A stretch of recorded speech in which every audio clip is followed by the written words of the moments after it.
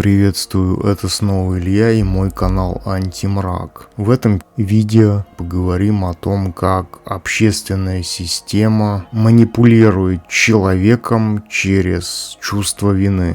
Вообще, как связаны ограничения в удовлетворении своих потребностей с чувством вины, формируемым общественной системой. Как я уже и говорил в своем предыдущем видео, человеческие потребности можно разделить на естественные и сформировавшиеся в процессе взаимодействия с информационной средой. Так вот, в этом видео я бы хотел поговорить о том, как связано чувство вины и ограниченности в удовлетворении своих потребностей в контексте влияния на человека как на элемента общественной системы. На самом деле чувство вины — это необходимый инструмент для взращивания послушного элемента общественной системы, потому как это чувство служит для манипуляции поведением человека. Собственно, послушный элемент взращивают уже сами родители из своего ребенка, если их собственные действия в отношении своей собственной жизни направлены на то, чтобы соответствовать стандартам этой общественной системы. И среднестатистический элемент этой системы не выходит за идеологические пределы, определенные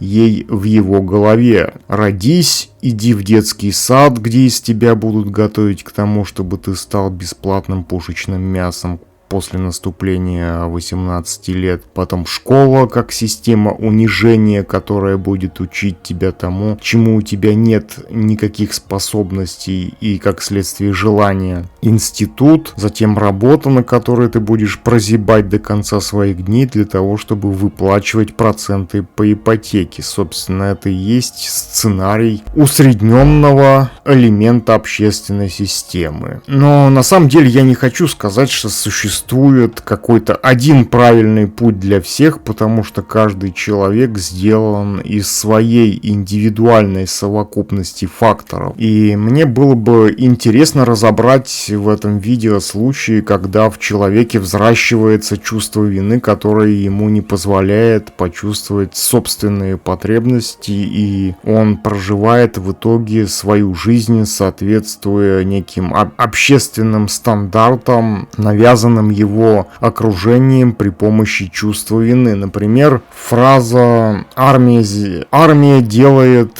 из мальчика мужчину». Вообще, мужчина, равно как и женщина, это не более чем половая принадлежность. Мужчинами и женщинами рождаются, а не становятся.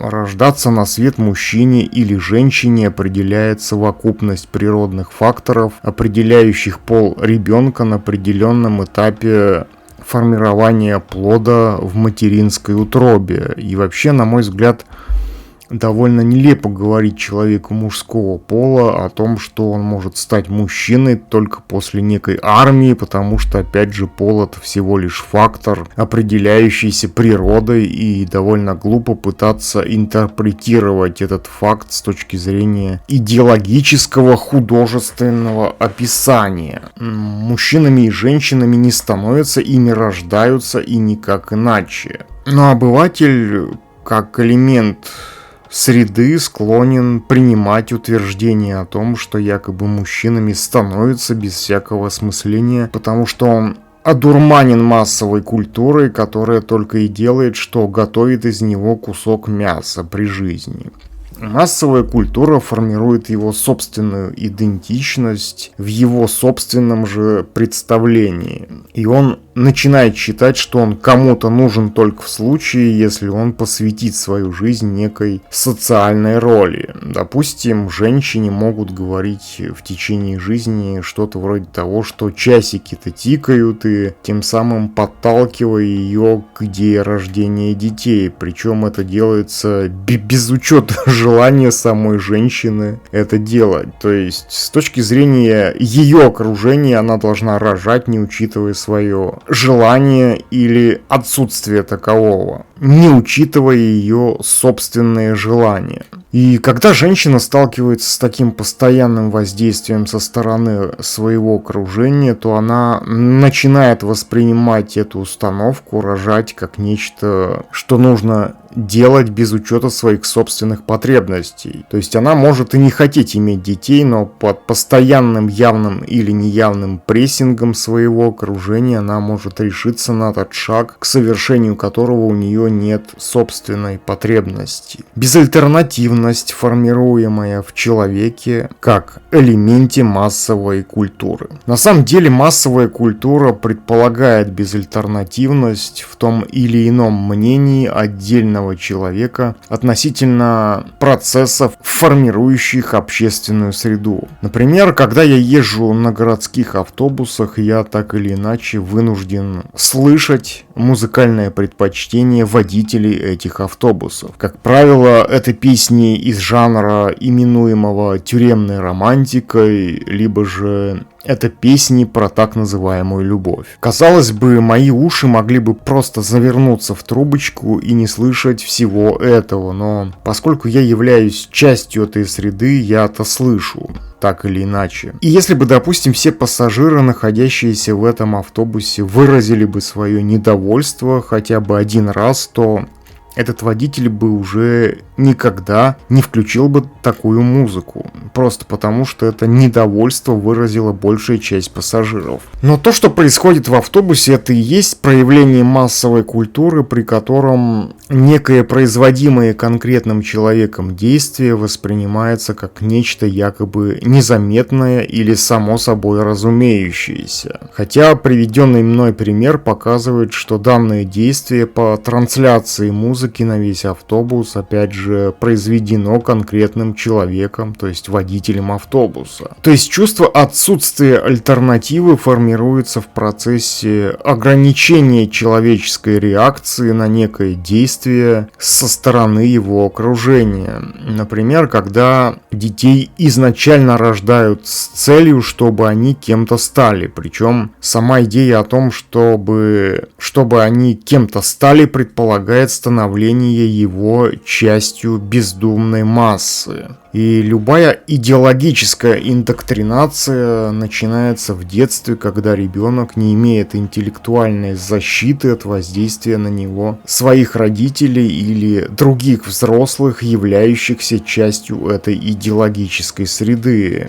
Поэтому он, не имея такой защиты, может стать идеологической жертвой своего окружения. Неважно, через идею чего начинается такая индоктринация, потому что ее итог одинаков, это становление его частью инертной массы. Но на самом деле тот же самый случай с воздействием на ребенка своих родителей является примером самой инертности общественной среды, потому что среду формирует большинство, которое и задает общественную тенденцию. Праздники как проявление массовой культуры.